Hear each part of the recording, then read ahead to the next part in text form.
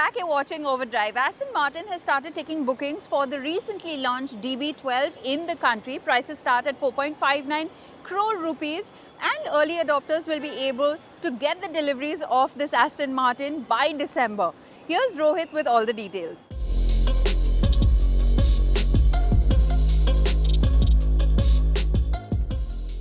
This is the new Aston Martin DB12. It's certainly dressed in a better shade of green than I am, and believe me, more than these photos, more than these videos, the car in the flesh just looks gorgeous. The imagery just doesn't do justice to it.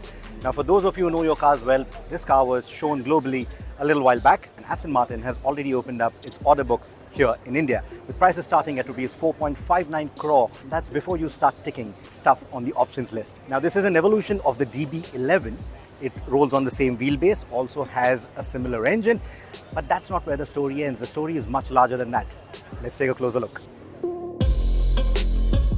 Like I said, it is an evolution of the DB11, and when you look at the side profile, some of those hints are clearly visible, like the big vent that you see extending from the wheel arch. That is again carried over from the DB11. It also bears the Aston Martin lettering on it. But when you move to the front, you start seeing the difference in the details.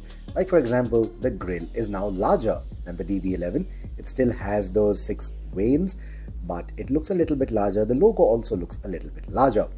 The headlight detailing is different too, but it's classic Aston Martin. The overall face is immediately noticeable as an Aston Martin. You will not mistake it for something else.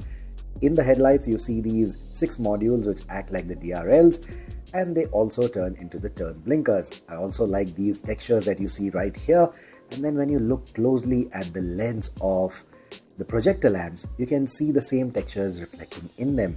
And there's of course the matrix LED technology as well. The detailing in the turn blinkers, the DRLs, etc., that is also something that is worth noticing. The shape, the silhouette of the car, everything is typical Aston Martin, and under that long hood is 4-litre bi-turbo V8 engine sourced from Mercedes-AMG. But in the DB12, it puts out 680 PS of power and 800 Newton meters of torque. That's more power and torque than the DB11 V12. That's also the reason why there is no V12 with the DB12. It goes from 0 to 100 in 3.6 seconds, and the top speed is 325 kilometers an hour. So in all respects, it is better than the DB11 V12. Now continuing with the design at the rear, this is familiar territory too. The C-shaped taillights, the Aston Martin logo, all of that is again typical Aston Martin. At the bottom, you get these twin exhaust pipes and a very beautifully sculpted rear diffuser. There's also a retractable spoiler in the boot lid. When you move over to the side profile, again unmistakable Aston Martin lines, beautiful coupe shape.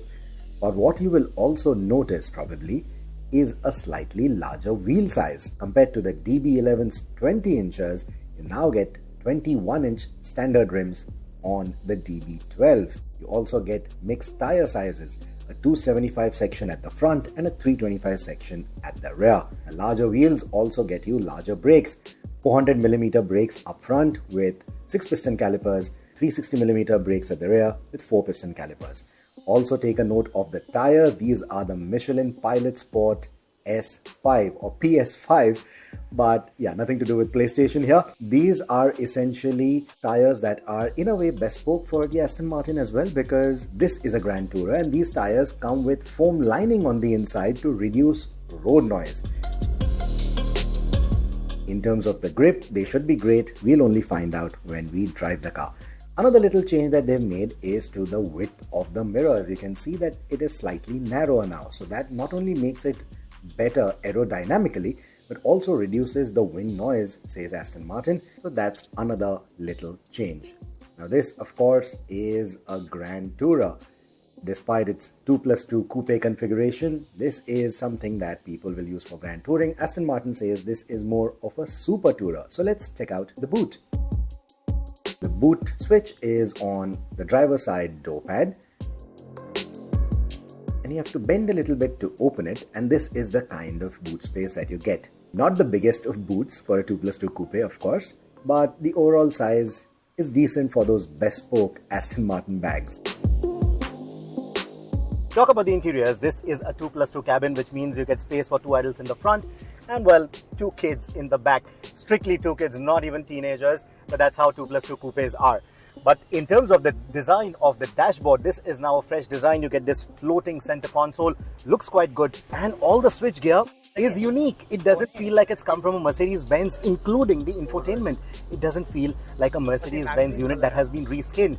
This is in fact a bespoke unit done by Aston Martin, and all the materials that you see in the car, all the switchgear, everything feels premium, expensive, shouts luxury. Now, as I mentioned earlier, the wheelbase of this car is the same as that of the DB11, so it rolls on a similar wheelbase. However, in terms of the suspension, there are certain behavioral changes that Aston Martin has engineered. Now, it's still a double wishbone suspension, adaptive dampers. You get 4 driving modes as well, wet for, of course, the Brit weather.